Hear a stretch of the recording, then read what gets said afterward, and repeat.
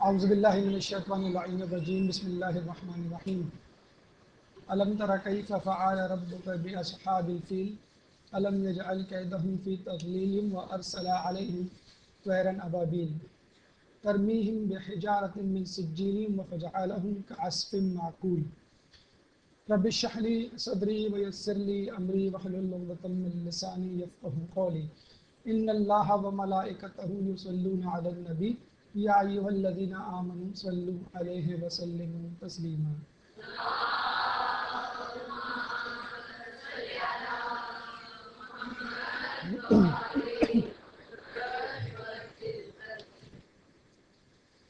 پیغام سورہ فیل ہمارا آج کا موضوع ہے، اور جس طرح اس سے پہلے سورہ نصر کے حوالے سے چند تشریحات، تفصیلات، توضیحات اور پیغامات آپ کے سامنے پیش کیے گئے، اسی طرح آج انشاءاللہ کوشش ہوگی کہ سورہ فیل کے حوالے سے اللہ تعالیٰ جس اہم واقعے، جس اہم نقطے کی طرف ہماری توجہ مبذول کرانا چاہتا ہے وہ ہم آپ تک پہنچائیں۔ پہلا مرحلہ گفتگو کا تعارف سورہ فیل کے حوالے سے، گفتگو کا دوسرا مرحلہ سورہ مبارکہ کو پڑھنے کے بعد جو فضائل کا ایک طویل سلسلہ آپ کے سامنے ہوتا ہے، شان نزول کے اس سورہ کا پس منظر کیا ہے، کس موقع پہ نازل ہوئی، چند مقدماتی گفتگو کہ سورہ کو پڑھنے سے پہلے آپ کے ذہن میں ہونی چاہیے۔ سورہ کی تشریح آیات کے ضمن میں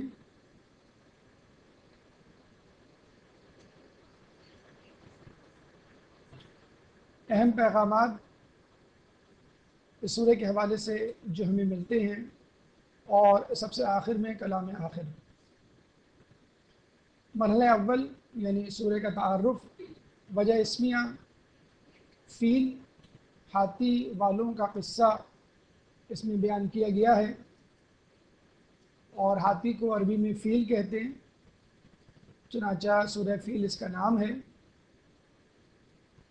اسی طرح قرآن پاک میں دیگر سوروں کے بھی چند صورتوں کے نام بھی جانوروں کے نام پر ہیں، مثلا سورہ بقرہ گائے کا تذکرہ ہے، اس سورہ میں سورہ عنکبوت مکڑی کا تذکرہ ہے، اس سورہ میں سورہ نحل شہد کی مکھی کا تذکرہ ہے، سورہ نمل چونٹی کا تذکرہ ہے۔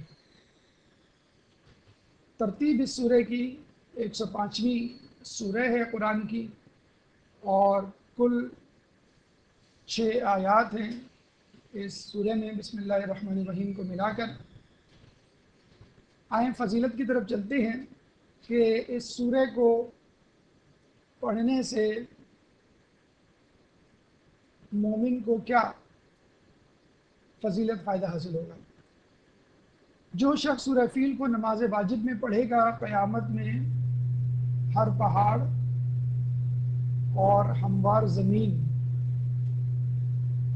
اور ہر ڈھیلا اس کی گواہی دے گا کہ وہ نماز گزاروں میں سے ہے۔ دیکھیں، نمازی ہونا اور بات ہے، لیکن اللہ کے سامنے اس گواہی کے ساتھ اٹھنا کہ یہ بندہ جو حساب کتاب دے رہا ہے، جس سے حساب کتاب لیا جا رہا ہے، یہ نمازی ہے، بہت بڑی بات ہے۔ اس کی مثال ہم ایسے لے سکتے ہیں کہ فرض کر لیں کہ کلاس میں ٹیچر کسی اسٹوڈنٹ کو سزا دینے کے لیے آتی ہے، اس کو کھڑا کرتی ہے، جیسی ہی اس سے باس پرس ہوتی ہے، کلاس کے سامنے سے ایک اور استاد کا گزر ہوتا ہے اور وہ کہتا ہے کہ بھئی یہ تو بہت اچھی اسٹوڈنٹ ہے، ان کو سزا کیوں دی جا رہی ہے؟ فوراً ہی پہلی والی ٹیچر کا غصہ کافور ہو جاتا ہے اور اس کو معاف کر دیا جاتا ہے، ایک حجت تمام ہو جاتی ہے۔ تو جو شخص اس سورہ کو پڑھے گا نماز واجب میں، تو فقط وہ جگہ جہاں وہ نماز پڑھ رہا ہے، وہ دور دیوار جہاں وہ نماز پڑھ رہا ہے، جس مصلی پہ وہ نماز پڑھ رہا ہے، اور جس سجدگاہ پہ وہ سجدہ کر رہا ہے، یہ گواہی نہیں دیں گے، بلکہ کون گواہی دے گا؟ ہر پہاڑ، ہر ہموار زمین اور ہر ڈیلا۔ اب کہہ سکتے ہیں ہموار زمین یعنی مسلح، پہاڑ یعنی در و دیوار، اور ڈھیرا یعنی جس پہ وہ سجدہ کر رہا ہے۔ تو اللہ تعالیٰ نے ہر جگہ کو اس کی گواہی کے لیے طلب کر لیا، اور لوگوں نے آ کے، ان چیزوں نے آ کے اس کی گواہی دی۔ اور ایک منادی ندا دے گا کہ تم نے میرے بندے کے بارے میں سچ کہا ہے، میں تمہاری گواہی کو اس کے نفع یا نقصان میں قبول کرتا ہوں۔ نہ صرف گواہی دے گا بلکہ اس کی گواہی کو قبول کیا جائے گا۔ مثلا ایک تھانے میں کسی شخص کو، بے گناہ شخص کو پکڑ کے لے جایا جاتا ہے، تو فوراً گواہی دینے والے لوگ، باعتبار لوگ، اشراف طبقے سے تعلق رکھنے والے لوگ اس کی آگے ضمانت دیتے ہیں، گواہی دیتے ہیں اس کے حق میں۔ اب ضروری نہیں کہ وہ تھانے دار، وہ انسپیکٹر، وہ ایس ایچ او اس کی گواہی کو قبول کر لے، لیکن یہاں یہ بتلایا جا رہا ہے کہ اس کی گواہی کو قبول بھی کیا جائے گا۔ اور کون قبول کرنے والا ہے؟ کہ جو سزا دینے والا ہے، اور ایسا سزا دینے والا ہے کہ جو اگر سزا دے تو اس کو سزا دینے سے کوئی نہیں روک سکتا۔ اور ایک، آپ لوگوں کو آواز آ رہی ہے؟ اور ایک منادی ندا دے گا کہ تم نے میرے بندے کے بارے میں سچ کہا ہے، میں تمہاری گواہی کو اس کے نفع یا نقصان میں قبول کرتا ہوں، اور میرے بندے کو حساب کے بغیر جنت میں داخل کر دوں۔ یہ تو سنا ہے ہم نے روایتوں میں کہ سب سے پہلا سوال نماز کے بارے میں ہوگا، اور نماز کے متعلق سوال کا جواب تشفی بخش مل گیا تو باقی جوابات، سوالات بھی آسان ہو جائیں گے۔ لیکن یہاں تو کہا جا رہا ہے کہ مزید گفت و شنیدی نہیں ہوگی۔ اس کہتے ہیں نا، کسی تھانے دار کے پاس فون آ جائے کسی ایم این اے، ایم پی اے کا، تو وہ فوراً فون رکھ کے معذرت طلب کرتا ہے اور کہتا ہے کہ معاف کیجیے گا، آپ کو غلطی سے پکڑ لیا گیا ہے، آپ جا سکتے ہو۔ تو گویا یہ صورتحال اس سے زیادہ بڑی صورتحال ہوگی کہ جب گواہی دی جائے گی تو کہا جائے گا کہ آپ کو تو حساب کتاب کی ضرورت ہی نہیں ہے۔ اچھا، یہاں پر اور اس سے پہلے بھی جب فضائل بیان کیے گئے تھے تو آپ لوگوں کو بتلایا گیا تھا کہ بعض اوقات فضائل سن کر لگتا ہے نعوذ باللہ شاید کوئی ایگزیجریشن یا غلو سے کام لیا جا رہا ہے۔ تو یہاں پھر وہی بات آ جاتی ہے، وہ دو واقعات چھوٹے چھوٹے جو ہم نے آپ کو سنائے تھے، بس اشارہ کر دیں اس دفعہ کہ بسم اللہ والا واقعہ، بسم اللہ کی برکت سے وہ شخص طالب علم دریا پہ چل رہا تھا، اور جب اس نے تعویذ کھول کے دیکھا کہ تعویذ میں تو بس بسم اللہ لکھا ہوا ہے، بس اسی ذہن میں جب یہ آیا یہ بسم اللہ، بس اسی وقت وہ دریا میں ڈوبنے لگا۔ اور وہ شخص جو مولا علی کے پاس آیا اور مولا علی نے سورہ فاتحہ پڑھ کر اس کے کٹے ہوئے بازو کو اس کے بدن پہ لگا دیا۔ جب واپس آیا اور پوچھا تو مولا نے کہا سورہ فاتحہ، اس نے کہا یہ سورہ فاتحہ جو ہم پڑھتے ہیں روزانہ۔ تو وہ مرتبہ، درجہ، منزلت، یقین جو اس کے دل میں تھا وہ ختم ہو گئی، وہ چیز، وہ شان سورہ فاتحہ سے متعلق جب وہ یقین، وہ شان، وہ منزلت ختم ہوئی تو وہ بازو بھی گر گیا۔ نعوذ باللہ، سورہ فاتحہ جب اس کی نظروں سے گری اور یہ سمجھا گیا کہ یہ تو عام سی سورہ ہے تو بازو بھی گر گیا۔ تو اگر ہم طوطے کی طرح رٹے رٹائے انداز سے سورہ فیل پڑھیں گے تو ہمارے ساتھ بھی یہی ہوگا، لیکن اگر یقین کے ساتھ، لیکن اگر خلوص کے ساتھ، لیکن اگر مطالب و مفاہیم کو ذہن میں رکھتے ہوئے اور مکمل کوشش، یہ کوئی نہیں کہہ سکتا کہ مکمل طور پہ میں نے قرآن پہ عمل کر لیا، مکمل طور پہ میں نے دین پہ عمل کر لیا، لیکن مکمل کوشش بہرحال کوئی کر سکتا ہے، لا یکلف اللہ نفسا الا وسعہا۔ مکمل کوشش کے بعد آپ کو یہ چیزیں ملیں گی۔ کیوں ایسا کیوں ہوگا اس کے ساتھ؟ کیونکہ وہ ایسا شخص ہے جسے میں دوست رکھتا ہوں اور اس کے عمل کو بھی دوست رکھتا ہوں۔ اور اب بھی اس میں اشکال ہے روایت میں تو آپ دیکھیے کہ روایت کو بیان کرنے والا کون ہے؟ صادق آل محمد.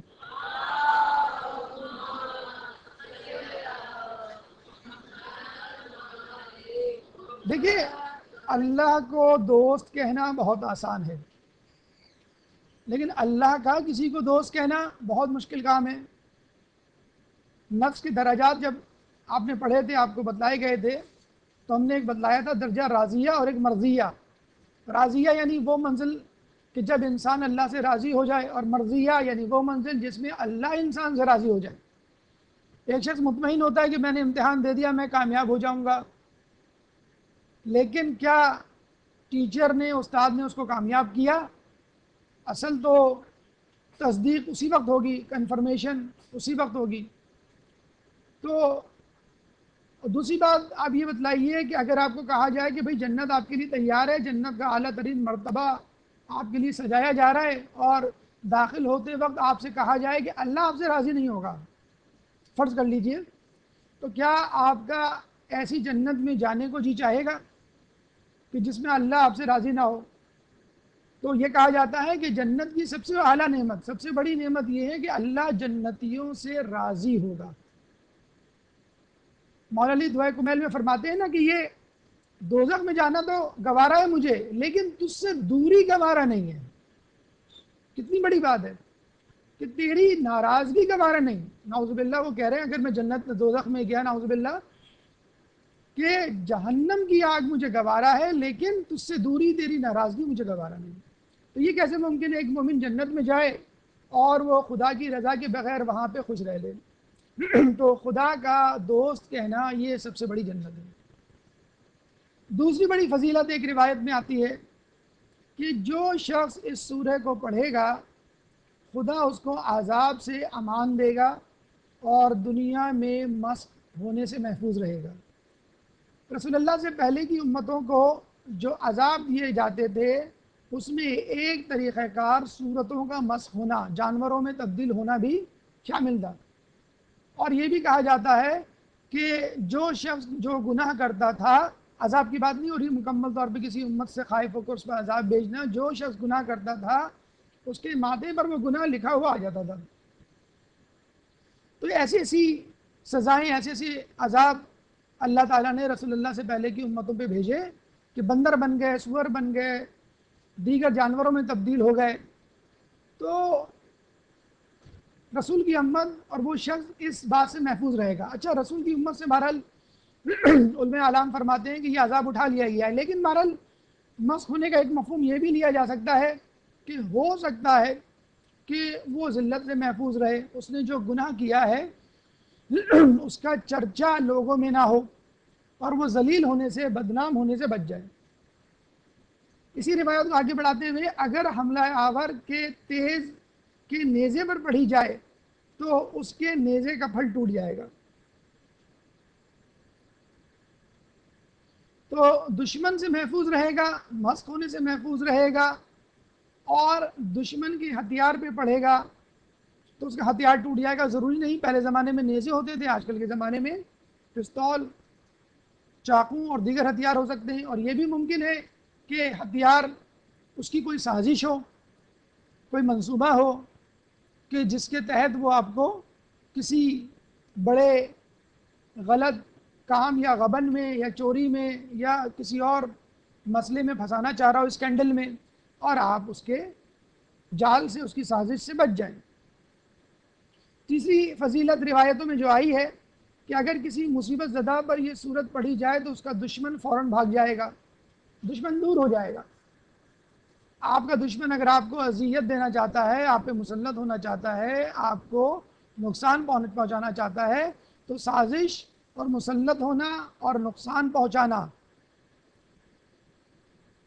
تو دور کی بات ہے، آپ کا دشمن فوراً رفو چکر نہ تو گہرا ہو جائے گا. لیکن جیسا کہ ہم نے پہلے بھی بتایا آپ کو کہ دعا کے ساتھ، سورت کے ساتھ، وظیفے کے ساتھ، ذکر کے ساتھ عمل کا ہونا بھی ضروری ہے. یعنی کہ چور گھر میں آئے قتل کرنے، چوری کرنے، مال لوٹنے، اور آپ کہیں کہ ایک منٹ ٹھہر جاؤ میں سورہ فیل پڑھ کے تم پہ پھونک دوں تاکہ تم بھاگ جاؤ، تو آپ کو بہرحال اپنی سی تدبیر بھی کرنی ہے. ایک اور اسی روایت میں اور اس کا پڑھنا قوت قلب کا باعث ہے۔ روایتوں میں آیا ہے کہ آخری زمانے میں لوگوں کو قلب کی، دل کی بیماریاں زیادہ ہوں گی۔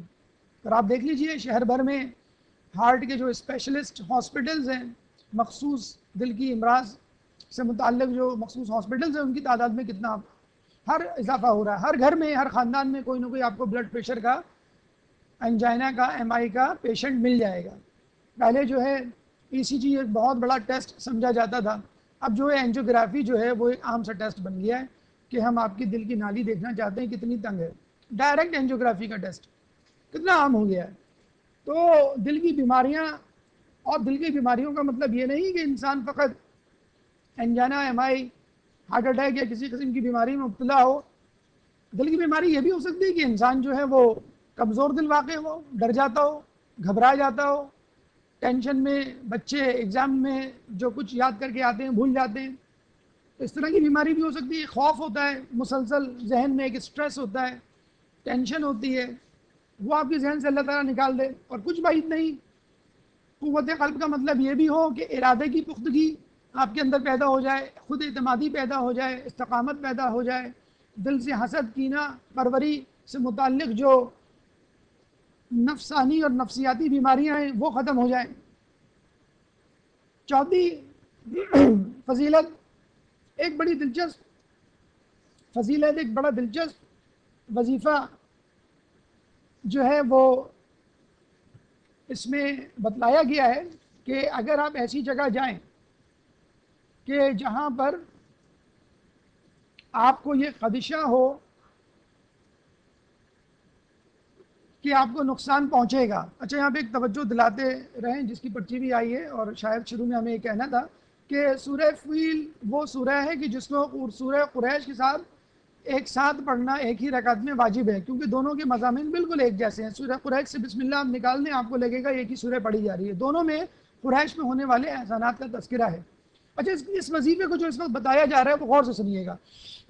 ایسی جگہ جہاں پر آپ جائیں جہاں پر جانے سے آپ کو کسی نقصان کا اندیشہ ہو، تو اس جگہ جاتے ہوئے، اس کمرے میں جاتے ہوئے، اس دفتر میں جاتے ہوئے، آپ اس شخص کے پاس جاتے ہوئے حروف مقطعات میں سے 3 حروف مقطعات پڑھیں گے، 3 تختیاں پڑھیں گے۔ پہلے تو حروف مقطعات کیا ہوتے ہیں؟ حروف مقطعات وہ ہوتے ہیں جن کو قطع کر کے پڑھا جاتا ہے، الگ الگ پڑھا جاتا ہے، ان کے ناموں سے پڑھا جاتا ہے۔ جیسے یہ جو پہلا لفظ اس کو کیسے پڑھیں گے؟ کاف، ہا، یا، عین، صاد، ٹھیک ہے۔ اور دوسرا حروف مقطع، دوسری تختی ہا، میم، اور پھر عین، سین، قاف۔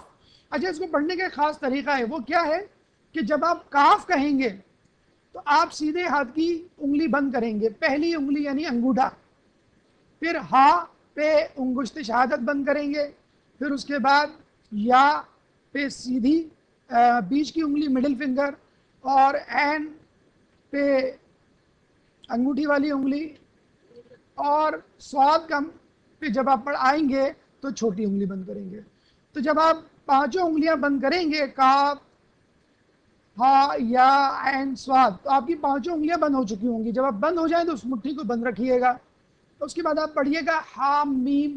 جب آپ ہا، میم پڑھیں گے تو دوسرے ہاتھ کی انگلیوں میں سے سب سے چھوٹی انگلی وہ بند کریں گے، ہا، پھر میم پہ اس کے بعد والی انگلی، پھر عین پہ مڈل فنگر، سین پر انگشت شہادت انڈیکس فنگر، اور قاف پہ انگوٹھے والی انگلی، انگوٹھا یعنی۔ تو اس طرح آپ کی دونوں مٹھیاں بند ہو جائیں گی، ٹھیک۔ جب یہ دونوں مٹھیاں بند ہو جائیں گی تو آپ ان بند مٹھیوں سے اس کمرے میں، اس جگہ پہ، اس شخص کے سامنے حاضر ہوں گے، تو آپ سورہ فیل کی تلاوت شروع کر دیں۔ الم تر کیف فعل ربک باصحاب الفیل الم یجعل کیدہم فی تضلیل وارسل علیہم طیرا ابابیل۔ ترمیہم پر آپ پہنچے تو ترمیہم کو 10 مرتبہ پڑھنا ہے۔ پہلی مرتبہ جب آپ پڑھیں گے تو آپ پہلا انگوٹھا جس کو بند کیا تھا سب سے پہلے سیدھے ہاتھ کا، وہ کھولیں گے، پھر ترمیہم دوسری مرتبہ انڈیکس فنگر کھولیں گے، پھر ترمیہم تیسری مرتبہ تیسری انگلی، چوتھی، پانچویں، چھٹی، اس طرح 10ویں مرتبہ جب ترمیہم بولیں گے تو سب سے آخری انگلی الٹے ہاتھ کا انگوٹھا جو ہوگا وہ آپ کھولیں گے، اور اس کے بعد اپنی سورہ کو تمام کریں گے تو انشاءاللہ جس شخص، جس جگہ، جس عمارت میں آپ گئے ہیں جہاں پہ آپ کو نقصان پہنچنے کا اندیشہ ہے، وہاں پہ انشاءاللہ آپ کو نقصان نہیں پہنچے گا۔ اگر ترتیب سمجھ میں نہیں آئی انگلیوں کو بند کرنے کی تو دعا میں جس طرح ہم ہاتھ رکھتے ہیں اس طرح آپ یاد کر لیں. سیدھے ہاتھ کا انگوٹھا کاف، پھر ہا، پھر یا، عین، سواد. ٹھیک ہے، یہ سیدھا ہاتھ کی 5 انگلیاں بند ہو گئیں. اس کے بعد حام، تو چھوٹی انگلی خود بخود آپ کے سامنے ہی ہوگی ترتیب میں جب آپ دعا کے لیے ہاتھ اٹھاتے ہیں الٹے ہاتھ کی. میم، سین، عین، عین، سین، قاف. تو یہ آپ کی 5 انگلیاں بند ہو جائیں گی.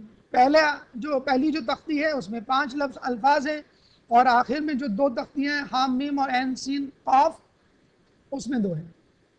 تو یہ ترتیب آپ یاد رکھیے گا. جس طرح دعا کے لیے ہم ہاتھ اٹھاتے ہیں انگوٹھے سے آپ شروع کریں گے اور پہلے انگوٹھے کو اور پھر باقی انگلیوں کو. اس طرح الٹے ہاتھ میں پہلے چھنگلی کو، سب سے چھوٹی انگلی کو، اور پھر انگوٹھے کو. تو یہ ترتیب بند ہوگی، اور جب آپ اندر داخل ہوں گے اس کے سامنے تو آپ کو سورہ فیل پڑھنی ہے. ترمیم پہ آ کر آپ کو 10 مرتبہ اس کو پڑھنا ہے، اور 10 مرتبہ پڑھنے کے ساتھ ساتھ ہر مرتبہ پہ آپ کو انگلی کھولنی ہے اسی ترتیب سے جس طرح آپ نے بند کی تھی. کہاں پڑھنا ہے آپ کو؟ ہر وہ جگہ جہاں پر آپ کو اندیشہ ہے کہ آپ کو نقصان پہنچایا جا سکتا ہے. کورٹ میں، تھانے میں، بجلی کے دفتر میں، مالک مکان کے پاس، اور کچھ لوگوں کے مطابق ساس کے کمرے میں بہو یہ وظیفہ پڑھ سکتی ہے. تو اب اس کا مطلب یہ ہوا کہ ضروری نہیں ہے کہ وہ شخص آپ کا دشمن ہو. مثلا ساس کو لوگ اکثر دشمن سمجھتے ہیں، دشمن ہو مطلب یہ کہ ہو سکتا ہے اس سے آپ کو نقصان پہنچنے کا اندیشہ ہو. جیسے بچے آپس میں ایک دوسرے کو شرارت میں کچھ کہہ دیتے ہیں، مار دیتے ہیں، تو امی کہتی ہیں بیٹا ڈنڈا لے کے بیٹھے ہیں، ابو کمرے میں جاؤ تمہاری خیر نہیں ہے. اب اس کا مطلب یہ بھی نہیں ہے آپ مزے سے اپنے چھوٹے بھائی کو مار پیٹ کریں اس کے، اور وہ کہے کہ میں ابو سے شکایت کروں گی، تو آپ کہیں گے کوئی بات نہیں مجھے تو سورہ فیل آتی ہے. نہیں، ایسا نہیں ہے. ہم نے کہا کہ سورہ کے فضائل اس وقت آپ کے اوپر نمودار اور اس کے مشاہدے آپ اس وقت کریں گے مشاہدہ جب آپ اس سورہ پہ یقین رکھیں، اللہ تعالیٰ کی تعلیمات پر عمل کریں اور اللہ کو راضی کریں. اور اللہ کو راضی کرنے سے پہلے اس شخص کو راضی کریں جس پر آپ نے ظلم کیا ہے. تو آپ اپنی کوتاہی، لغزش، خطا، گناہ سے پہلے معافی مانگیں اور اس شخص سے معافی مانگیں، اور پھر جسے کہتے ہیں کہ یہ کہتے ہوئے آپ آگے جائیں. تو وہ حضرات جن کو اکثر کانسٹیبل کے چالان کا خدشہ رہتا ہے، کاغذات مکمل کرنے کے بعد اور سگنل نہ توڑتے ہوئے اس وظیفے کا اطلاق کر سکتے ہیں اور اس کو پڑھ سکتے ہیں. شان نزول تیسرے مرحلے کی طرف آتے ہیں. درود پڑھ دیجیے محمد والے محمد.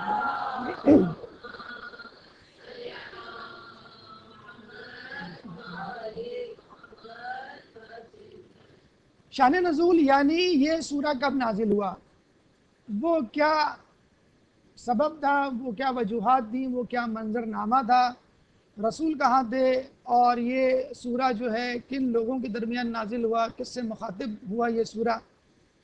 حضرت ابو طالب علیہ السلام ایک درود پڑھ دیجیے محمد والے محمد کو.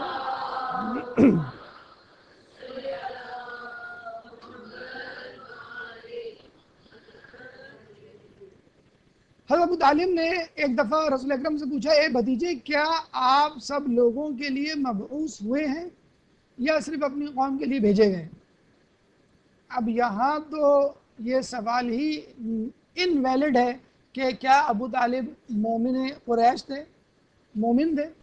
وہ تو اس سے آگے کی بات پوچھ رہے ہیں کہ یہ تو مجھے معلوم ہے کہ آپ عربوں کے لیے رسالت کا پیغام لے کر آئے، رسول ہیں، تو کیا آپ پوری دنیا کے لیے بھی ہیں؟ تو رسول اللہ نے کہا کہ میں فقط عربوں کے لیے نہیں، کیونکہ آپ کو معلوم ہے اس سے پہلے کیا ہوا کرتا تھا کہ کچھ نبی جو ہے وہ مخصوص جگہ کے لیے آتے تھے، اپنے خاندان کے لیے، کچھ اپنے شہر کے لیے، کچھ اپنے علاقے کے لیے، کچھ ملک کے لیے، کچھ بر اعظم، کچھ پوری دنیا کے لیے. تو رسول کے لیے ہے کہ اللہ نے اپنے لیے رب العالمین کہا، لفظ استعمال کیا، اور رسول کے لیے رحمت للعالمین، کہ پوری دنیا، کرۂ ارض، کائنات، جن و انس، ہر مخلوق کے لیے آپ نبی ہیں. تو رسول اللہ کا جواب تھا کہ نہیں، میں تمام لوگوں کے لیے مبعوث ہوا ہوں، اور میں روم و فارس کی تمام زبانوں کو دعوت دیتا ہوں. یعنی صرف عرب نہیں، یا وہ قومیں نہیں جو کمزور اور چھوٹی ہیں، بلکہ میں تو روم اور فارس تک کی خبر لے کے آیا ہوں، ان کے لیے نبی بن کر آیا ہوں۔ اچھا روم و فارس کا کیوں تذکرہ کیا؟ کہ اس وقت رسول سے پہلے اور خود رسول کے زمانے میں یہ دو حکومتیں، یہ دو سلطنتیں بڑی عظیم الشان سلطنتیں تھیں، اور ان کا طوطی بولتا تھا اور ان کے سامنے کوئی پر نہیں مار سکتا تھا۔ ایک زمانے میں آپ کہہ سکتے ہیں 80s 70s 60s میں امریکہ اور روس جو دو سپر پاورز ہوا کرتے تھے، آج ایک بن گئی ہے، دو سپر پاورز ہوا کرتے تھے۔ تو کبھی ہر ملک کے لیے لازم تھا وہ کسی ایک سپر پاور سے ایفیلیشن کرے۔ تو رسول اللہ نے کہا کہ میں تو تمام لوگوں بلکہ روم و فارس کے لیے بھی نبی بن کر آیا ہوں۔ روم اصل میں وہ جگہ ہے کہ جہاں آج کل اٹلی ہے، اور فقط اٹلی نہیں، اٹلی کا قرب جوار۔ اسی طرح فارس جو ہے وہ فارسی سے نکلا، یعنی فارسی بولنے والے، یعنی ایران وہ جگہ ہے جہاں پہلے فارس کی حکومت ہوا کرتی تھی، اور یہ لوگ آگ کو پوجنے والے تھے۔ چنانچہ بڑے بڑے مندر، عبادت گاہیں ہوتی تھی کہ جہاں پر آگیں جلا کرتی تھی۔ یہ دھواں جو اٹھ رہا ہے وہ آگ کا دھواں ہے۔ تو یہ دو جگہیں تھیں، یہ دو سلطنتیں تھیں کہ جہاں پر عظیم الشان بادشاہت تھی اور ان کا طوطی بولتا تھا۔ جب قریش نے یہ سنا کہ رسول اللہ کا یہ دعویٰ ہے کہ میں عربوں تو کیا روم و فارس کے لیے نبی بن کر آیا ہوں، تو وہ بڑے سٹ پٹائے کہ نعوذ باللہ، یوں سمجھ لیجئے مذاق اڑانے لگے کہ تم تو ہمارے لیے نعوذ باللہ مصیبت ہو، پریشانی کا سبب ہو، تو کیا ان کے لیے بھی؟ بلکہ ہمیں تو یہ لگتا ہے کہ اگر ہم نے تمہارا اسلام قبول کر لیا اور جیسا کہ تم نے دعویٰ کیا کہ تم روم و فارس کو بھی دعوت دو گے، تو عنقریب روم و فارس والے ہم پر حملہ کریں گے اور ہم کو اس جگہ سے نکال باہر کریں گے۔ تو پہلے زمانے میں یہ دو سلطنتیں یوں سمجھ لیجئے دو بر اعظموں پر مشتمل تھی۔ فارس کا مطلب فقط ایران نہیں بلکہ عراق بھی، ترکی بھی، افغانستان بھی اور اس کے قرب و جوار کے علاقے۔ اور روم کا مطلب اٹلی نہیں، بیلجیم بھی، ہالینڈ بھی، جرمنی بھی اور اس کے قرب و جوار کے علاقے بھی۔ تو یہ دو حکومتیں، یہ دو ممالک، یہ دونوں بر اعظم، یہ دو سلطنتیں بڑی مشہور سلطنتیں تھیں۔ تو اچھا، ایک تیسری حکومت، ایک تیسری سلطنت جو نیچے آپ کو بر اعظم نظر آ رہا ہے، افریقہ۔ یہ جو افریقہ تھا، یہ افریقہ تھا، اس میں ایک ملک جو آج کل ایتھوپیا کے نام سے ہے، وہ اس زمانے میں حبشہ کے نام سے تھا۔ آپ نے پڑھا ہوگا بچپن میں ہجرت حبشہ، ہجرت مدینہ سے پہلے ہجرت حبشہ ہوئی، اور ہجرت حبشہ میں نجاشی کے بادشاہ نے حضرت جعفر طیار سے ملاقات کی، مکالمات کیے۔ وہ مکالمات جو ہیں وہ محفوظ ہیں تاریخ میں، اور وہ بڑا اچھا بادشاہ تھا اور اس نے مسلمانوں کو امان دی۔ تو یہ تین ممالک، تین سلطنتیں تھیں اس زمانے میں، اور باقی جہاں تک تعلق ہے نارتھ اور ساؤتھ امریکہ، یہ اس وقت منظر عام پر نہیں آئے تھے، وجود میں نہیں آئے تھے، دریافت نہیں ہوئے تھے۔ تو یہ تین حکومتیں تھیں جن میں سب سے زیادہ پاورفل اور قوت والی سلطنتیں روم اور فارس کی تھیں۔ جب اللہ تعالیٰ نے قریش اور کفار مکہ کی زبان سے نا امیدی، مایوسی اور خوف کا اظہار سنا، تو فوراً سورہ قصص آیت نمبر 57 نازل کی اور یہ کہا، اور یہ کفار کہتے ہیں کہ ہم آپ کے ساتھ حق کی پیروی کریں گے تو اپنی زمین سے اچک لیے جائیں گے، تو کیا ہم نے انہیں ایک محفوظ حرم قبضے میں نہیں دیا ہے؟ جہاں سے اللہ تعالیٰ تمہید باندھ رہا ہے سورہ فیل کی اور اصحاب فیل کے واقعے کی۔ یعنی جب قریش نے اس خوف کا اظہار کیا کہ بھئی اب تو ہماری خیر نہیں، اب تو یہ بیت اللہ بھی گیا ہمارے ہاتھ سے، مکہ بھی گیا، ہمارے گھر بار سب چھٹ جائیں گے، ہم نیست و ناباد ہو جائیں گے، نیست و نابود ہو جائیں گے، تباہ و برباد ہو جائیں گے۔ کیوں؟ رسول اللہ کی وجہ سے کہ اب یہ پیغام بہت آگے لے کے جائیں گے، اگر ہم نے ان کے پیغام کو قبول کر لیا، بہتر یہی ہے کہ ان کے پیغام کو ابھی بلاک کر دو، ابھی سے ان کا انکار کر دو۔ تو اللہ نے اسی وقت ان کو تسلی، تشفی اور خوشخبری سنا دی، تم فکر نہیں کرو، ہم نے جو احسان تم پر پہلے کیا ہے بیت اللہ، مکہ اور آس پاس کے علاقے کو حفاظت دینے کا، یہ عہد و پیمان آگے تک جاری رہے گا اور کوئی تم پر قبضہ نہیں کر پائے گا۔ اور آپ دیکھ لیجئے حضرت ابراہیم علیہ السلام کے زمانے سے لے کر آج تک یہ مکہ جو ہے وہ پرامن شہر ہے۔ ایک وہ زمانہ تھا کہ مکہ وہ شہر تھا، وہ علاقہ تھا کہ جہاں پانی تک نہیں تھا، سبزہ اور آبادی تو دور کی بات۔ حضرت اسماعیل نے علیہ السلام نے جب پیر ایڑیاں رگڑی تو پانی نکلا۔ تو یہ جو مکے کی رونق ہے اس وقت حضرت اسماعیل علیہ السلام کی ایڑیوں کا صدقہ ہے۔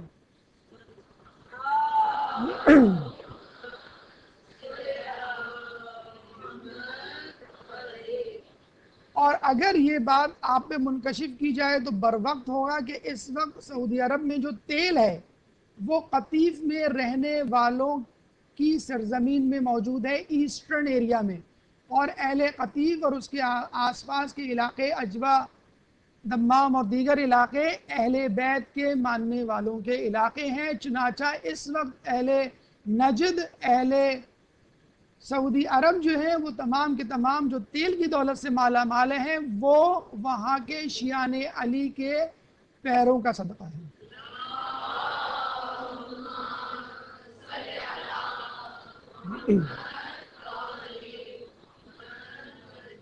یہ وہ مکہ ہے کہ جس کے بارے میں اللہ تعالیٰ فرماتا ہے جس کی طرف ہر شے کے پھل ہماری دی ہوئی روزی کی بنا پر چلے آ رہے ہیں، لیکن ان کی اکثریت سمجھتی ہی نہیں ہے۔ اب مکہ نہ صرف بیت اللہ اور حج اور عمرے سے منسوب ہے، بلکہ مکے کا ایک نیا تعارف سامنے آیا ہے، وہ ہے تجارت۔ آپ نے دیکھا ہوگا کہ آج کل کتنی ٹریولنگ زیادہ ہو گئی ہے زیارتوں کی، عمرے کی اور حج کی طرف۔ اتنی زیادہ ٹریولنگ ہو گئی ہے کہ لوگ جو ہیں ان کی تعداد اتنی زیادہ ہو گئی ہے کہ وہ جگہ کم پڑ رہی ہے۔ نیل آرم اسٹرانگ جب چاند پر گیا تھا تو اس نے کہا تھا مجھے پوری دنیا ٹھیک سے نظر نہیں آ رہی تھی، اندھیرا تھا، لیکن پتہ نہیں کیوں 2 جگہیں ایسی تھیں جہاں سے روشنی پھوٹ رہی تھی، اور بعد میں پتہ چلا کہ یہ 2 روشنیاں مدینے کی اور مکے کی تھی۔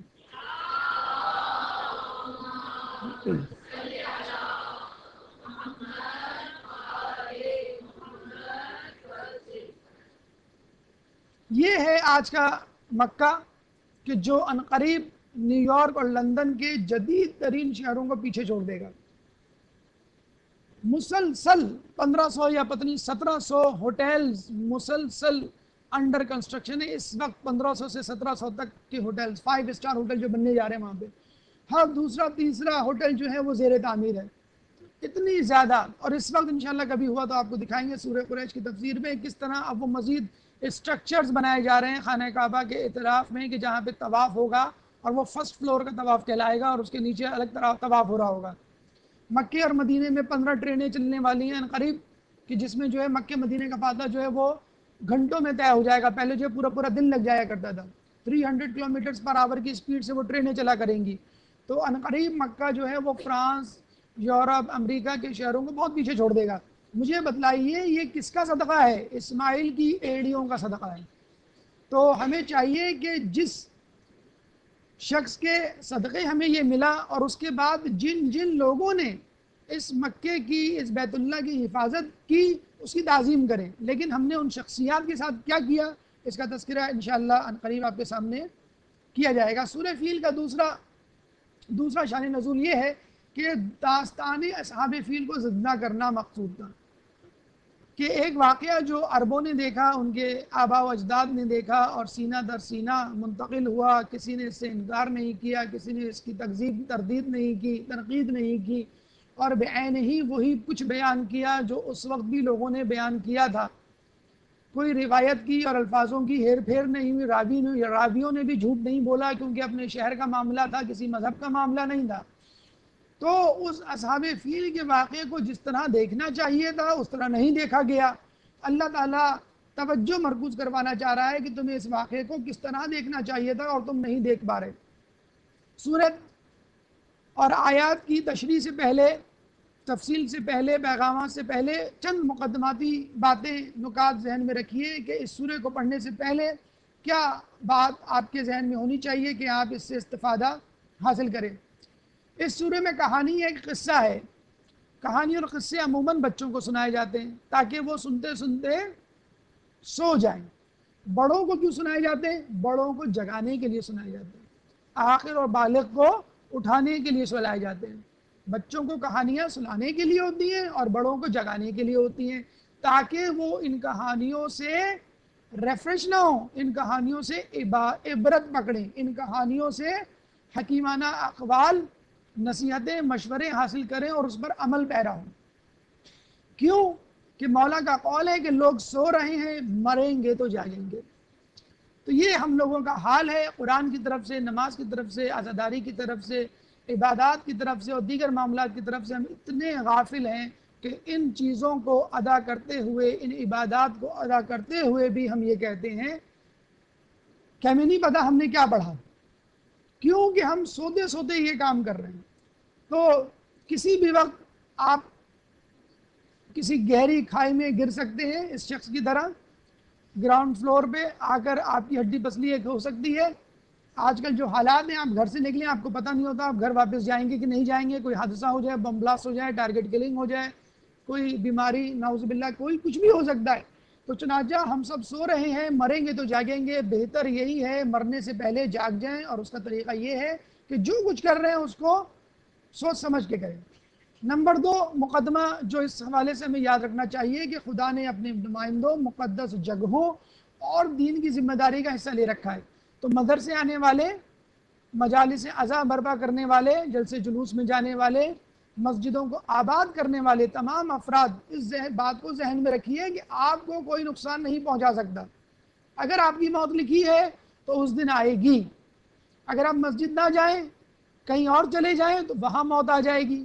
تو راہ میں گزرتے ہوئے کوڑے کے ڈبے پہ موت آنے سے بہتر ہے کہ آدمی کی موت کسی ایسی جگہ آئے جہاں پر آپ اہل بیت کی تعلیمات کا پرچار کر رہے ہیں. تو مدرسے آنے سے، تبلیغات میں حصہ لینے سے، علم میں دین کو پھیلانے سے نہ گھبرائیے. موت تو ویسے بھی آئے گی، ہارٹ اٹیک سے آ جائے گی، حادثے سے آ جائے گی، طیارے میں جا رہے ہوں گے تو وہ طیارہ کریش ہو جائے گا، ریل جو ہیں آپس میں ٹکرا جاتی ہیں وغیرہ وغیرہ. بہتر یہ ہے کہ تعلیمات اہل بیت کو پھیلاتے ہوئے آپ کو موت آئے، اور اس سے پہلے موت نہیں آئے گی. مولا کا قول ہے کہ موت خود تمہاری حفاظت کرتی ہے. نہیں، موت کا مطلب یہ ہے کہ آپ فلاں دن، فلاں سال، فلاں مقام پہ مریں گے. اب you are protected till that time, اس وقت تک آپ محفوظ ہیں. اب آئیے مرحلہ پنجم کی طرف. آیات کی مختصر تشریح آپ کے سامنے رکھی جاتی ہے. اس سے پہلے ایک درود پڑھ دیں محمد والے محمد.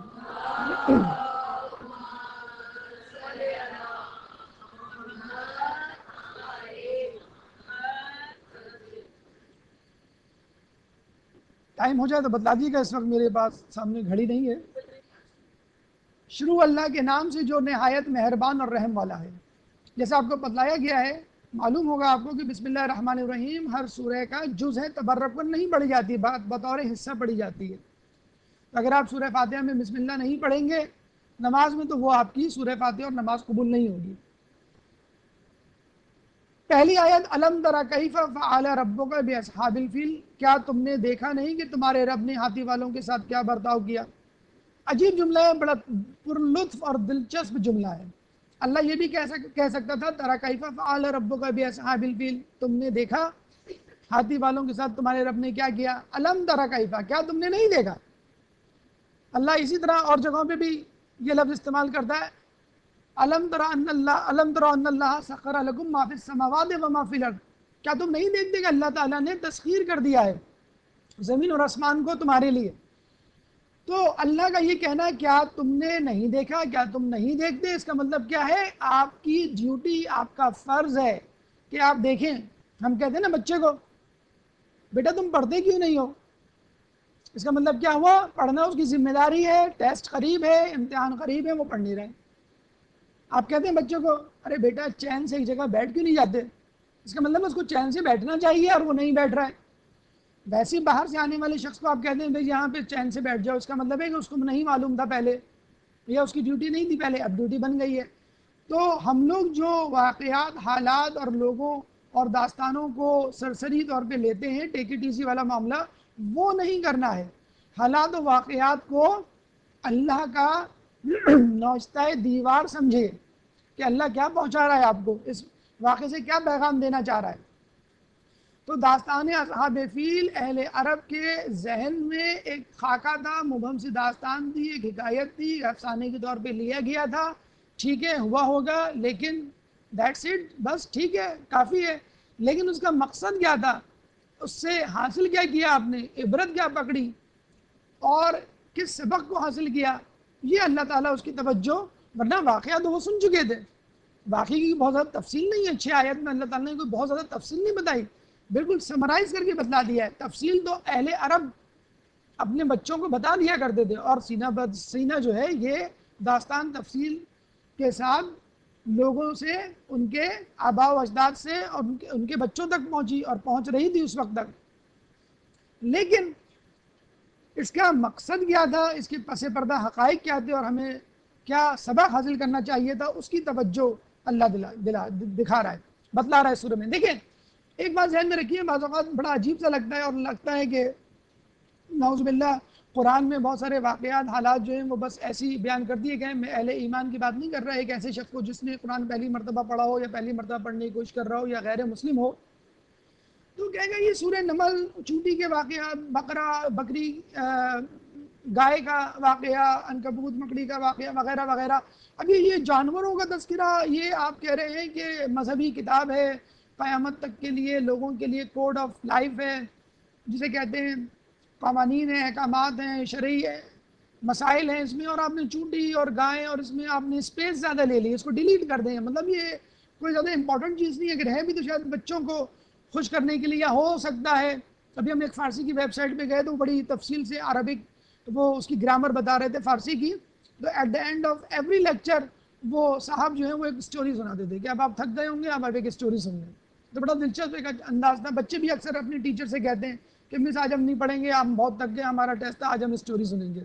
تو قرآن میں اگر کسی چیز کا تذکرہ ہوا ہے، زیتون کا تذکرہ ہوا ہے، شہد کا تذکرہ ہوا ہے، کھجور کا تذکرہ ہوا ہے، چونٹی کا تذکرہ ہوا ہے، تو یہ عام نظر آنے والی چیزیں نہیں ہیں. فقط اس سے مربوط واقعات ہی اہم نہیں ہیں، بلکہ وہ چیزیں بھی امپورٹنٹ ہیں. اگر آپ اس کی تفصیل میں جائیں اور دنیا کے انسائکلوپیڈیاز اور ویب سائٹس کو کھنگالیں تو آپ کو پتہ چلے گا کہ چونٹی کیا، جسے کہتے ہیں کہ قابل ذکر اینیمل ہے، قابل ذکر جانور ہے، کہ جس کی تفصیل میں آپ جائیں تو کتنی منظم طریقے سے اپنی زندگی گزارتی ہے. مکڑی کس طرح اپنے جالے کو بن کر شکار کو پھانستی ہے، وہی مکڑی تھی جس نے غار ثور میں جالا بنایا، اور کفار یہ سمجھے کہ یہاں تو کوئی آ ہی نہیں سکتا، برسوں سے یہاں کوئی نہیں آیا ہوگا کیونکہ یہاں پر تو جالا بنا ہوا ہے. گائے ہم تو بڑے مزے سے اس کو ذبح کر دیتے ہیں، وہاں جو ہے وہ انڈیا میں گاؤں ماتا خدا کا درجہ، بھگوان کا درجہ دیا جا رہا ہے. تو ہر جانور میں بہرحال کوئی نہ کوئی ڈیٹیل، کوئی نہ کوئی تفصیل، کوئی نہ کوئی نقطہ ہے. لیکن بہرحال جو جانور، جو چیزیں قرآن میں، جو شہر قرآن میں مذکور ہیں، ان کا لطف، ان کی تفصیل اور ان کی جسے کہتے ہیں کہ اہمیت بہت زیادہ ہے. اس سے پہلے کہ ہم سورہ کی طرف جائیں، ذرا ہاتھی کا تذکرہ کر دیں ہم کہ ہاتھی ابرہہ والوں نے کیوں استعمال کیا، اور ابرہہ نے نہیں. اس سے پہلے ہاتھی جو ہے وہ بہت سے لوگ فوج میں سپاہیوں کے ساتھ استعمال کرتے تھے بطور سواری. الیگزینڈر سکندر اعظم نے استعمال کیا، مغل بادشاہوں نے استعمال کیا، اور بہت ساری قوموں نے استعمال کیا. ہاتھی جو ایک بڑا عجیب و غریب جانور ہے. 12 فٹ کا یہ جانور ہے جس کا وزن فقط پیدائش کے وقت 100 کلو گرام ہوتا ہے. مطلب جو پیدائش کے وقت اس کو اٹھا کے گود میں چومے تو میرے خیال میں وہ گر پڑے فرش پہ دھڑام سے. تو جب یہ بالغ یا بڑا ہوتا ہوگا تو کتنا ہوتا ہوگا؟ جو ہائیسٹ ویٹ ریکارڈ کیا گیا ہے وہ 10,000 کلو ہے. تو 1,000 کلو 1 ٹن کے برابر ہوتا ہے، تو آپ حساب لگا لیجئے. اچھا اس کی عمر تقریباً وہی ہوتی ہے جو انسانوں کی ہوتی ہے، 60 سال. اب اتنا بڑا جثہ ہے، اتنا بڑا اس کا جو ہے وہ بدن ہے، اس کو مینٹین کرنے کے لیے ہم لوگ ڈائٹ کرتے ہیں اپنے آپ کو دبلا کرنے کے لیے.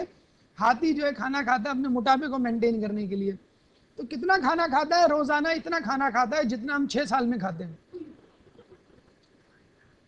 200 کلو کھانا کھاتا ہے ہاتھی. وہ تو شکر کریں کہ وہ گھاس پھوس اور وہ بھوسا کھاتا ہے.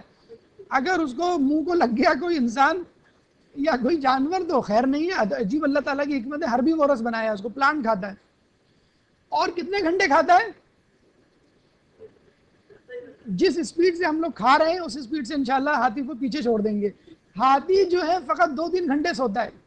کیوں؟ بھائی 16 گھنٹے کھائے گا تو ٹائم کہاں اس کے پاس سونے کا.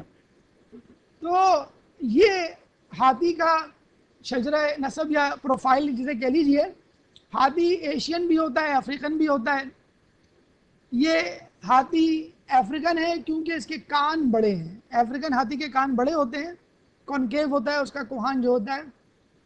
اور ایشیا کا جو ہاتھی ہے وہ تھوڑا سا ڈفرینٹ ہوتا ہے. اس کے یہ جو دانت ہیں یہ وہ ہیں جو آپ کے جسے کہتے ہیں کہ نوکیلے دانت، ڈریکولا والے جو دانت نہیں ہوتے باہر نکلے ہوئے، تو وہ دانت ہوتے ہیں جسے کہتے ہیں. اور اس کا آئی کیو، مطلب ہمیں تو بڑا لگتا ہے کہ یہ سیدھا سادہ تھا جانور ہے، ایک جگہ کھڑا رہتا ہے. ہم بھی یہی کہتے ہیں نا، رشتے کے لیے لڑکے کے لیے آتے نہیں، بہت سیدھا لڑکا ہے، جہاں کھڑا کر دو وہیں رہتا ہے، وہاں سے نہیں ہلتا ہے. تو ہاتھی کے بارے میں بھی یہ کہ بیچارہ جہاں کھڑا رہتا ہے وہیں کھڑا رہتا ہے، اور وہاں سے لگتا ہے کہ ہلتا نہیں ہے. تو بیٹھنے کے لیے اس کے پاس ٹائم نہیں ہے. لوگوں نے شاید آپ لوگوں نے دیکھا بھی نہیں ہوگا اس کو بیٹھا ہوا. آئی کیو کہتے ہیں کہ دنیا میں تیز ترین آئی کیو کا مالک ہے. ڈولفن کی کہتے ہیں اس کے مساوی ہوتی ہے. سماعت اتنی زیادہ ہے کہ انفرا ریڈ شعائیں ہوتی ہیں، اتنا انفرا ساؤنڈ ہوتی ہیں جس سے وہ 10 کلومیٹر تک سن سکتا ہے. یعنی ہاتھی جو ہے اس وقت جو ہے صدر میں بیٹھا ہو، اس کی امی جو ہیں وہ گھر میں کہیں گے بیٹا کھانا تیار ہے آ جاؤ، تو وہ ہو سکتا ہے اس کو موبائل پہ کہنے کی ضرورت نہ پڑے. تو ہوا کی جو ساؤنڈ کی جو وائبریشنز ہوتی ہیں وہ اس کی اسکن کو اس کے کانوں سے ٹکراتی ہیں اور اس سے وہ سنتا ہے. اس کی میموری لاجواب ہوتی ہے. اگر وہ کسی کو دیکھ لے تو پہچان لے، اور شاید یہی سبب ہے اس کو جنگوں میں استعمال کیا جاتا ہو کہ اپنے دشمن کو دیکھ لے تو وہ بھولے نہ، اور کبھی دشمن اس کے سامنے سے گزرے تو اس کو وہ مارنے میں تساہل سے کام نہ لے. تو نظریں اس کی کمزور ہوتی ہیں، لیکن بہرحال اس کی جو آئی کیو یا یوں کہہ لیجئے اس کا جو وہ ہے دماغ زیادہ ہوتا ہے. میموری کا ہارڈ ڈسک زیادہ ہوتی ہے، اس میں اسپیس زیادہ ہوتی ہے. یہ انسان کا دماغ ہے، یہ ہاتھی کا دماغ ہے. ٹیمپورل لوب جو بیچ کا حصہ ہے ہاتھی کا بہت بڑا ہوتا ہے، اور یہی وہ حصہ ہے جہاں پر یادداشت کا خانہ ہوتا ہے، جہاں پہ یہ میموری کو اسٹور کرتا ہے مختلف چیزوں کی. تو ہاتھی کوئی عام سا جانور نہیں ہے، بہت ہی چالاک جانور ہے، بہت ہی کام والا جانور ہے، پرہیبت ہے، لوگوں پہ روب و دبدبہ ڈالنے کے کام آتا ہے، طاقتور جانور ہے. اس کو آسانی سے مارنا، کسی گھوڑے کو اونٹ کو مارنا بڑا آسان کام تھا اس زمانے میں، لیکن ہاتھی کو مارنا 1 انچ سے زیادہ تو اس کی سکن ہوتی ہے، تو آپ بلٹ سے بھی ماریں تو یہ نہ مرے. اور اس کی یادداشت، یہ تمام چیزیں اس وقت کے حکمرانوں کو مجبور کرتی تھی کہ اس کو جنگی مقاصد کے لیے استعمال کیا جائے. ہماری کیا تحقیق ہے؟ کہتے ہیں کہ ایک دیہات میں ہاتھی چلا گیا، دیہاتی اندھے تھے سارے. کسی نے اس کی سونڈ کو ہاتھ لگایا تو کہا کہ یہ پائپ جیسا ہے، نالی جیسا ہے.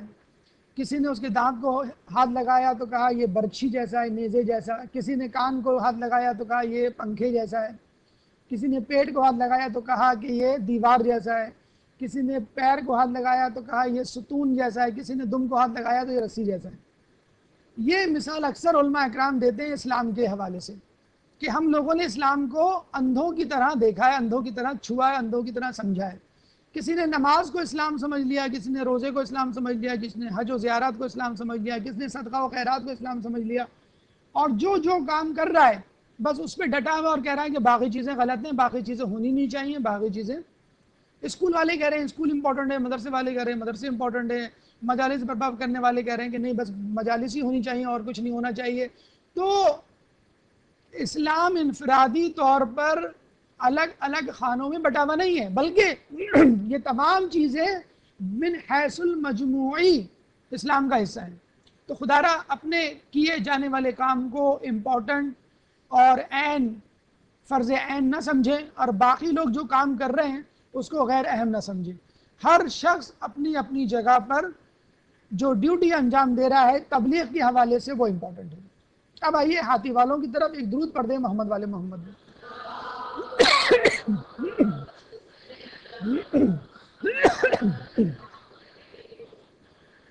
دیکھیے یمن میں ایک بادشاہ تھا جس کا نام تھا روزبہ، اور یہ جو ملک تھا یمن نجاشی کے انڈر کنٹرول تھا. آپ نے سنا ہوگا، بلکہ سنا کیا ہوگا، آج کل بھی ایسی مثالیں موجود ہیں.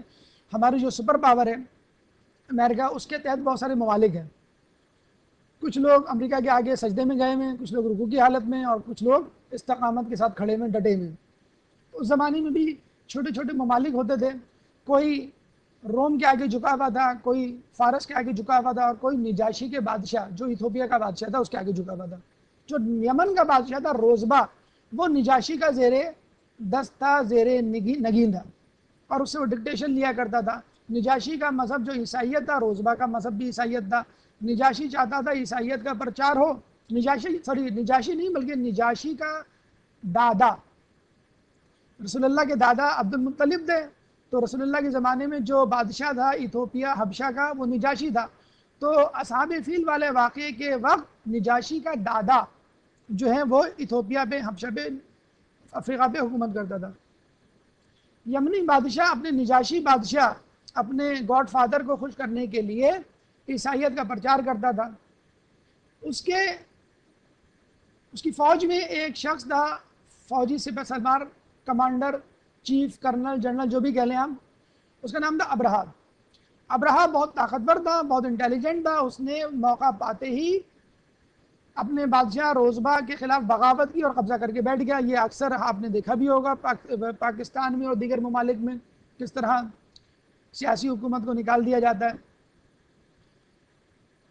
پھر اس نے کیا کیا، نجاشی کو خوش کرنے کے لیے وہ سب کچھ کیا جو اس کی حکومت کو قائم رکھنے کے لیے ضروری تھا. جس طرح ہم دیکھتے ہیں دیگر ممالک میں اپنے زیر جو ملک ہوتے ہیں ان کو خوش کرنے کے لیے تاکہ ہماری سیٹ جو ہے بچی رہے. تو اس نے وہاں گرجا گھر بنانے شروع کیے، لیکن لوگوں کا رجحان جو ہے وہ مکے کے کعبے کی طرف تھا. عرب جو وہاں رہتے تھے یمن میں. تو اس نے کہا میں کس طرح ان کو گرجا گھر لے کر آؤں، گرجا گھر تو نہیں آ رہی ہے. تو اس نے کیا کیا، کعبے کی ایک ڈپلیکیٹ بنا ڈالی، کعبہ جیسی ایک عمارت بنا ڈالی، اور یہ کہا ٹھیک ہے تم مکے بھی جاؤ، لیکن جب تم کو وقت ملے، اب ہر سال تم جاتے ہو مکے، روزانہ تو نہیں جا سکتے، تم یہاں پر آ کے روزانہ ہفتہ وار مہینہ وار آ کے طواف کرو، یہ بھی کعبہ ہے. ڈپلیکیٹ بنا دیا جسے کہتے ہیں. تو لوگوں نے پھر بھی نہ چھوڑا مکہ جانا. تو وہ بڑا پریشان ہوا. اچھا، بلکہ اس یمنی کعبہ یعنی جو جعلی کعبہ تھا، ڈپلیکیٹ کعبہ تھا، اس کا جو ہے مذاق اڑانا شروع کیا، اور لوگ باز نہیں آئے. ان کے عقیدے بڑے مضبوط تھے. بنی کنان کا قبیلہ، مکے کا قبیلہ، ایک دفعہ وہاں سے گزرا اس جعلی کعبہ کی طرف سے یا وہاں کی عبادت گاہ کی طرف سے. تو کہتے ہیں کسی نے اس پہ نجاست پھینک دی، اور کچھ لوگ یہ کہتے ہیں کہ وہ کھانا پکانے کے لیے آگ جلا رہے تھے، اور صبح جب نکلے تو آگ جلتی ہوئی چھوڑ گئے، اور اس آگ نے اس جگہ کو لپیٹ میں لے لیا اور وہ جل گئی. اچھا، یہ کچھ لوگ کہتے ہیں کہ وہ کعبہ تھا کہ جو ابرہہ نے بنایا تھا، کچھ لوگ کہتے ہیں یہ گرجا گھر تھا. بہرحال اس سے اس عمارت کو نقصان پہنچا. جب یمنی بادشاہ، وہ سربراہ اس وقت کا بادشاہ جو بن گیا تھا ابرہہ، اس کو پتہ چلا تو اس نے کہا کہ یہ ہمارے عبادت گاہ کی توہین ہوئی ہے، ہم اس کا بدلہ لیں گے. اور اس نے جو ہے وہ لوگوں سے پوچھوانا شروع کر دیا بنی کنان کا قبیلہ کہاں ہے، اور اس سے پوچھ گچھ کرو. اس چکر میں اس کے سپاہیوں اور بنی کنان کے قبیلوں کے درمیان جو جنگ ہو گئی، اور انہوں نے ابرہہ کی فوج کے ایک آدمی کو قتل کر دیا. اب ابرہہ نے گویا قسم کھا لی کہ میں مکے کے بیت اللہ کو، کعبے کو تہس نہس کر کے چھوڑوں گا. چنانچہ اس نے لشکر کشی کی، اور اس وقت کے ایک شخص کو، اسود بن مقصود کو سربراہ بنایا، اور 10,000 کا لشکر اس کے ساتھ بھیجا، اور اس کے پیچھے خود چلا آیا، اور اس کے ساتھ 10,000 کی فوج اور 40,000 ہاتھی تھے. اور اس کا منصوبہ کیا تھا کہ میں کعبے کو تہس نہس کر دوں گا. اب اللہ تعالیٰ اس کے منصوبے کو اور اس کے منصوبے کے ساتھ جو اللہ نے کیا اس کو بیان کر رہا ہے کہ الم یجعل کیدہم فی تضلیل وارسل علیہم طیرا ابابیل. کیا تم نے نہیں دیکھا کہ ہم نے ان کے منصوبے کو خاک میں ملا دیا؟ کیا ان کے منصوبے کو خاک میں نہیں ملا دیا؟ یہاں پھر وہ علم سے تفصیل شروع ہو رہی ہے. کیا تمہیں وہ واقعہ یاد نہیں؟ کیا تمہیں یاد نہیں کہ اللہ تعالیٰ نے ابرہہ کے منصوبے کو، نجاشی کے بادشاہ کے منصوبے کو، عیسائیوں کے منصوبے کو، کہ جو وہ نیت لے کر آئے تھے کہ ہم کعبے کو تباہ کر دیں گے، اس کو ہم نے تہس نہیں کیا، وہ تہس نہس کرنے آ رہے تھے کعبہ کو، اور ہم نے ان کے منصوبے کو خاک میں ملا دیا۔ ابرہہ جو ہے وہ وارد ہوا مکے میں، اور جیسا کہ ہوتا ہے کہ حملے سے پہلے حملہ کرنے والا چھیڑ خانی شروع کرتا ہے اور لوگوں کی املاک پر حملہ کرتا ہے۔ اس کے لشکریوں نے لوٹ مار شروع کی جس کی اس نے اجازت دے دی تھی۔ قریشیوں کو جب پتہ چلا، عبد المطلب اور ان کے خاندان کی بات نہیں ہو رہی، دیگر قریشیوں کو اور مکے والوں کو پتہ چلا تو وہ وہاں سے فرار ہو گئے کہ اب ہماری خیر نہیں۔ اس کا مطلب یہ ہوا کہ کعبے کی حرمت، کعبے کی عزت، کعبے کا مقام حقیقی طور پہ عبد المطلب اور ان کے خاندان والے بنی ہاشم جانتے تھے۔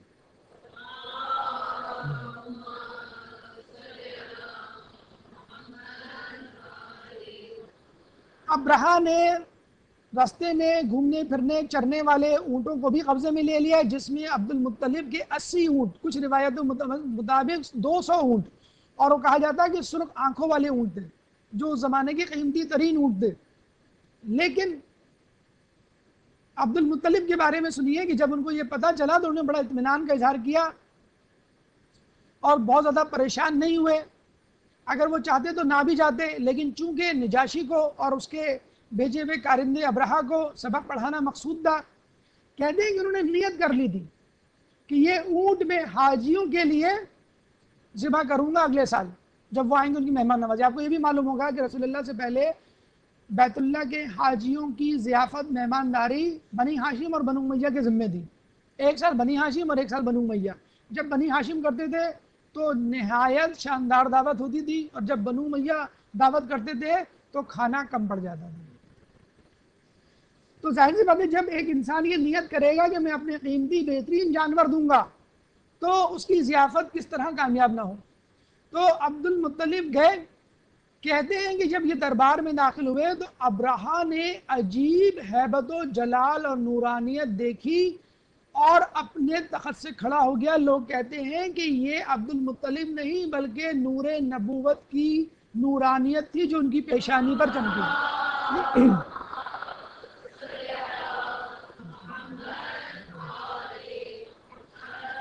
اس نے اتنا پرہیبت جاہ و جلال والا خوبصورت شخص نہیں دیکھا تھا۔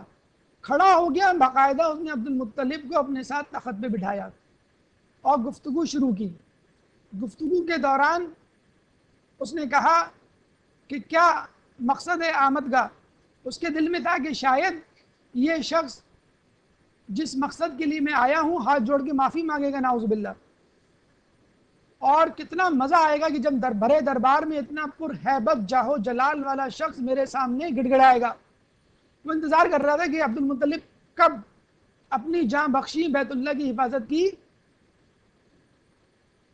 کے لیے درخواست کرتے ہیں، کشکول آگے بڑھاتے ہیں۔ عبد المطلب نے کیا کہا کہ میرے اونٹ تم نے لے لیے، واپس کر دو۔ ویری ریلیکس، بالکل سے کہتے ٹینشن فری۔ وہ بڑا پریشان ہوا، گڑبڑایا اور اپنی جھیب مٹانے کے لیے کہا عبد المطلب تم تو بہت چھوٹے انسان نکلے، نعوذ باللہ، میں تو سمجھا تھا کہ تم مکے کے سردار ہو، تم تو جنگ کے لیے صلح نامہ لے کر آئے ہوگے، تم اونٹ مانگ رہے ہو اپنے۔ حضرت عبد المطلب نے کہا، بڑا مشہور وہ جملہ ہے کہ انا رب الابل، میں اپنے اونٹوں کا رب ہوں، بیت اللہ کا بھی ایک رب ہے، میں اپنے اونٹوں کو بچانے آیا ہوں، بیت اللہ کا رب بیت اللہ کو بچا لے گا۔ یہ کانفیڈنس تھا عبد المطلب کا۔ پھر جب یہ دیکھا سنا تو وہ طیش میں آ گیا، کہنے لگے اب تو بات آ گئی ہے عقیدے کی، مذہب کی۔ اس نے کہا اچھا تمہارا رب بچا لے گا تو ٹھیک ہے، تم جاؤ، میں تمہارے پیچھے ہی آ رہا ہوں، انتظار نہیں کروں گا، میں تمہاری دھمکی سے نہیں ڈروں گا، میں دیکھ لوں گا تم اور تمہارے رب کو، تم چلو میں آتا ہوں۔ عبد المطلب نکلنے والے تھے کہ اس نے اشارہ کیا کہ اس کے سب سے بڑے خاص ہاتھی کو حاضر کیا جائے۔ اچھا، عربوں میں ہاتھی کا وجود تھا ہی نہیں۔ ہاتھی جو ہے وہ زرخیز اور افریقہ اور ایشیا کی سوغات ہے، اور عرب میں جو ہے وہ اونٹ ہوتے تھے۔ ہاتھی لایا گیا، اس کے سر پہ دو بڑی بڑی سلاخیں تھیں، جس کے بارے میں کہا جاتا تھا کہ جب یہ ہاتھی غصے میں اپنا سر کسی پہاڑ سے بھی ٹکراتا تھا تو پہاڑ ہلنے لگتا تھا۔ اس کی سونڈ میں دو تلواریں تھیں کہ جن کو وہ جب سونڈ ہلاتا تھا تو وہ تلواریں دشمنوں کا قلاقمہ کرتی تھی، یعنی اس ہاتھی کو باقاعدہ ٹرین کیا گیا تھا جنگ کے لیے۔ اور وہ بڑا خوش ہوا کہ اب جیسے ہمارے پاس نیا موبائل آ جائے فوراً ہاتھ میں لیے گھومتے ہیں نا لوگوں پہ، یا گاڑی آ جائے تو گاڑی کو لے کے گھومتے ہیں، دروازہ اٹھ کے کھولتے ہیں. کہتے ہیں اگر کوئی شخص اپنی گاڑی کا دروازہ کھولے تو یا تو گاڑی نہیں ہے یا بیگم نہیں ہے. تو وہ اس نے ہاتھی کو جو ہے لوگوں کے سامنے پیش کیا. عبد المطلب نے ان سے اس ہاتھی سے عربی میں کلام کیا اور ہاتھی نے عربی میں جواب دیا اور پھر سرگوشی والے انداز سے کہا تمہیں معلوم ہے تمہیں یہ لوگ کیوں لائیں؟ اس نے نہیں میں سر ہلایا تو کہا کہ یہ بیت اللہ کو ڈھانے آئے، کیا تم ایسا کرو گے؟ اس نے کہا نہیں. نہ میں جواب دیا. یہ دیکھ کر ابرہہ تو اور زیادہ سٹ پٹایا کہ یہ کیا شخص ہے. لیکن جسے کہتے ہیں ابو جہل، فرعون، نمرود، یزید، اس جیسے لوگ پہلے بھی گزرے، شیطان کے سامنے حقیقت موجود ہے لیکن اپنا غرور، اپنی انا ان کو زیادہ پسند تھی. اس نے تہیہ کر لیا کہ میں بیت اللہ کو نیست و نابود کر کے چھوڑوں گا. چنانچہ عبد المطلب اپنا جواب دے کر چلے گئے اور دوسری طرف ابرہہ نے اپنے لاؤ لشکر کو تیار کرنے کا حکم دیا اور اس وقت کے سپہ سالار کو آگے بھیجا اور کہا کہ تم چلو میں تمہارے پیچھے آتا ہوں.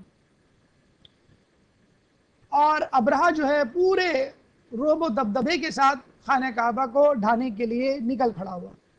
اب جب یہ ہاتھی وہاں پہنچے، اب ظاہری بات ہے فوج کا جو بادشاہ سپہ سالار یا بڑا شخص ہوتا ہے، چیف، وہ اپنے خیمے میں بیٹھا ہوتا ہے اور جنگ کا نظارہ کر رہا ہوتا ہے.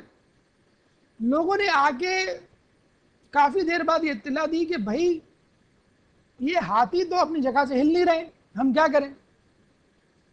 دوسری طرف حضرت عبد المطلب جب وہاں سے نکلے، ہونا تو یہی چاہیے تھا کہ فوراً وہ وہاں سے نکل کر اپنے گھر اور گھر سے دوسرے قریشیوں کی طرح فرار ہو جاتے کہ بس اب لشکر آ رہا ہے، کم از کم جنگ کے دوران تو میں نہ رہوں. عبد المطلب خانہ کعبہ گئے اور خانہ کعبہ کا غلاف پکڑ کے رو رو کے دعا کی کہ، اور بڑی خوبصورت بڑی مشہور دعا، ویسی ہی دعا جو رسول اللہ نے جنگ بدر میں جنگ کی شب مانگی تھی.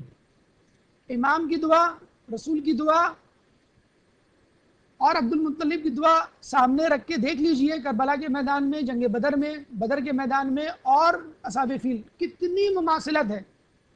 یہ کیسے ممکن ہے کہ عبد المطلب اس دین پر نہ ہو جس دین کے لیے رسول اللہ اور ان کے مظلوم نواسے نے قربانی دی ہو.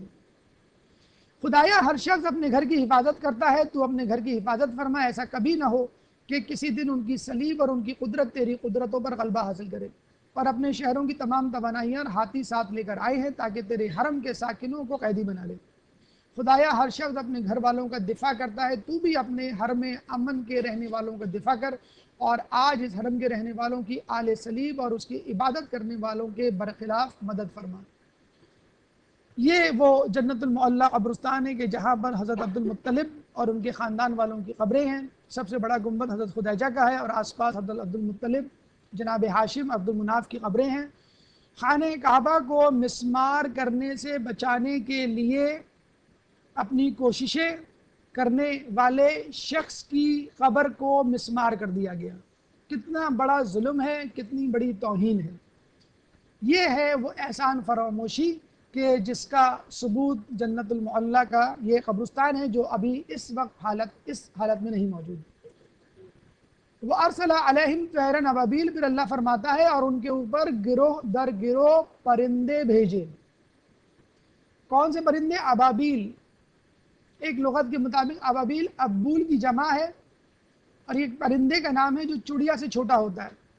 کچھ لوگ کہتے ہیں کہ اس پرندے کو اس وقت سے پہلے دیکھا نہیں گیا تھا اور نہ اس کے بعد دیکھا گیا. ان پرندوں نے ان کے اوپر کنکریاں برسانی شروع کر دی. اور یہ بھی ایک عجیب منظر تھا کہ حضرت عبد المطلب جب واپس آئے، جب ان کو خبر ملی کہ لشکر وہاں جمع ہو چکا ہے، بڑے پرسکون انداز سے کہا میرے بیٹے کو بلاؤ. لوگوں نے حضرت عباس کو آگے کیا، انہوں نے کہا نہیں میرے بیٹے کو بلاؤ. تو پھر حضرت عبداللہ کو آگے کیا تو جناب عبد المطلب نے کہا کہ میرے بیٹے تم پہاڑی ابو قبیس پہ چلے جاؤ اور لشکر کشی کا منظر دیکھو. حالانکہ چاہتے تو گھر میں بٹھا کے رکھتے کہ بیٹا محفوظ نہیں ہے باہر نکلنا، خطرہ ہے، تم گھر میں بیٹھے رہو. حضرت عبداللہ گئے تو عبداللہ نے کیا دیکھا؟ رسول اللہ کے والد انہوں نے دیکھا کہ کچھ جانور آئے ہیں جنہوں نے آ کے صفا و مروہ کی سعی کی، 7 مرتبہ دوڑے اور 7 مرتبہ چکر لگائے، یعنی طواف کیا خانہ کعبہ کا۔ اس وقت اسود بن مقصود نے ان لوگوں کو دیکھا اور یہ کہا کہ یہ تو جانور ہیں، پرندے ہیں، ان کا کیا کرنا ہے، ان سے کیا ڈرنا، اور تیر مارا۔ پرندے جیسے جانے لگے کہ کہتے ہیں کہ ان پرندوں میں سے یا کہیں سے آواز آئی کہ خدا نے جس مقصد کے لیے تمہیں بھیجا ہے وہ کام کرو۔ پھر لوگوں نے دیکھا کہ ان ابابیل کی چونچ میں اور ان کے پنجوں میں پتھر تھے چھوٹے چھوٹے، ایک چونچ میں اور 2 پتھر ان کے پنجوں میں۔ یہ کنکریاں، یہ پتھر وہ مارتے اور جس شخص پہ گرتے اس کے سر کو پھاڑتے ہوئے نیچے نکل جاتے اور وہ ٹکڑے ٹکڑے ہو جاتا۔ تو ہر پرندہ 3 سپاہیوں کی موت کا سبب بنا۔ کہتے ہیں کہ کوئی نہ بچ سکا۔ ابرہا بھاگا، بھاگتے بھاگتے اس کا سیدھا ہاتھ نکل کر زمین پر گرا، پھر الٹا ہاتھ، پھر سیدھی ٹانگ، پھر الٹی ٹانگ، اور آخر میں پھر اس کا سر اس کے دھڑ سے جدا ہوا۔ ایک شخص بچا جو بھاگتے بھاگتے بھاگتے نجاشی کے دربار میں پہنچا اور پورا واقعہ سنایا۔ نجاشی نے جب اس کے دادا کے دربار میں کہ کیا ہوا، تو انہوں نے کہا کہ ہمارے ساتھ یہ کچھ ہوا ہے۔ کس نے کیا؟ پرندوں نے کیا۔ کیسے پرندے؟ وہ ایسے تھے ویسے تھے۔ انہوں نے کہا ارے بھائی بتاؤ کیسے پرندے تھے؟ تو پتہ چلا کہ ایک پرندہ اس شخص کے پیچھے پیچھے سر کے اوپر اڑتا ہوا جا رہا تھا اور اس کے ساتھ وہ دربار میں پہنچا۔ وہ سوچنے لگا آسمان کی طرف منہ کر کے کیسے تھے کیسے تھے۔ اس نے جب دیکھا ارے یہ تو وہی پرندہ ہے، کہا ارے ہاں یہی تو پرندہ ہے جس نے ہمیں مارا ہے۔ اس کا یہ کہنا تھا۔ اسی وقت اس پرندے نے پتھر یا کنکری نیچے پھینکی اور وہ کنکری اس شخص کو سر میں اس کے جا کر پورے جسم کو چیرتی ہوئی نیچے سے نکل گئی اور اس کو جہنم واصل کیا۔ تو پورا لشکر جو ہے ان کا اس طرح تباہ ہو گیا، واصل جہنم ہوا۔ اس کے بعد جب حضرت ابو طالب کو ان کی خبر ملی کہ لشکر والوں کے ساتھ کیا ہوا، تو انہوں نے بڑے پرسکون انداز سے قریش والوں کو واپس بلایا اور کہا کہ جاؤ مال غنیمت لوٹ لو۔ یہ سنت آگے بھی جاری رہی کہ دشمنوں کو تہس نہس جہنم واصل کسی اور نے کیا اور مال غنیمت پر شب خون کسی اور نے مارا۔ انشاءاللہ اس کا اگلا حصہ ہم اگلے درس میں آپ کے سامنے پیش کریں گے۔ اگر کوئی سوال اس درس سے متعلق ہے، اگر وقت نہیں ہوا ہے، کوئی سوال اگر اس موضوع سے متعلق ہو تو آپ کر سکتے ہیں۔ خواہر عفت کی والدہ آئی سی یو میں ہیں، ان کے لیے دعا کر دیں صحت کی۔ جی فرمائیے۔ اچھا، حضرت ابو طالب کی دعا۔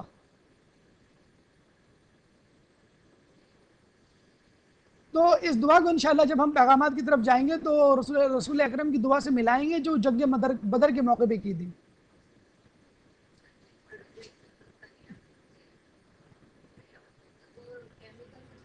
ہاں اس کی بھی تفصیل آئے گی انشاءاللہ، کیمیکل ویپن کی، ایٹم بم کی، گرینیڈ کی، بلیٹس کی، اس کی تفصیل انشاءاللہ آئے گی اگلے سیشن میں، کہ اس سے ہم نے تو سبق نہیں لیا، سائنسدانوں نے بہرحال ایجاد کر ڈالی بہت ساری سبق حاصل کر کے۔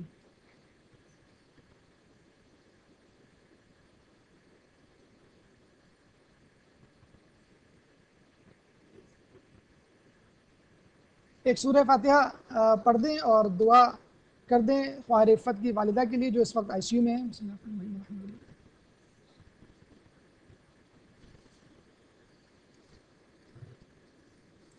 اللہ تعالیٰ سے دعا ہے جو کچھ پڑھا اور سنا اس پہ عمل کرنے کی توفیق عطا فرما، امام کے ظہور میں تعجیل فرما اور ہمیں ان کے جانثاروں میں شامل فرما۔ وآخر دعوانا ان الحمد للہ رب العالمین۔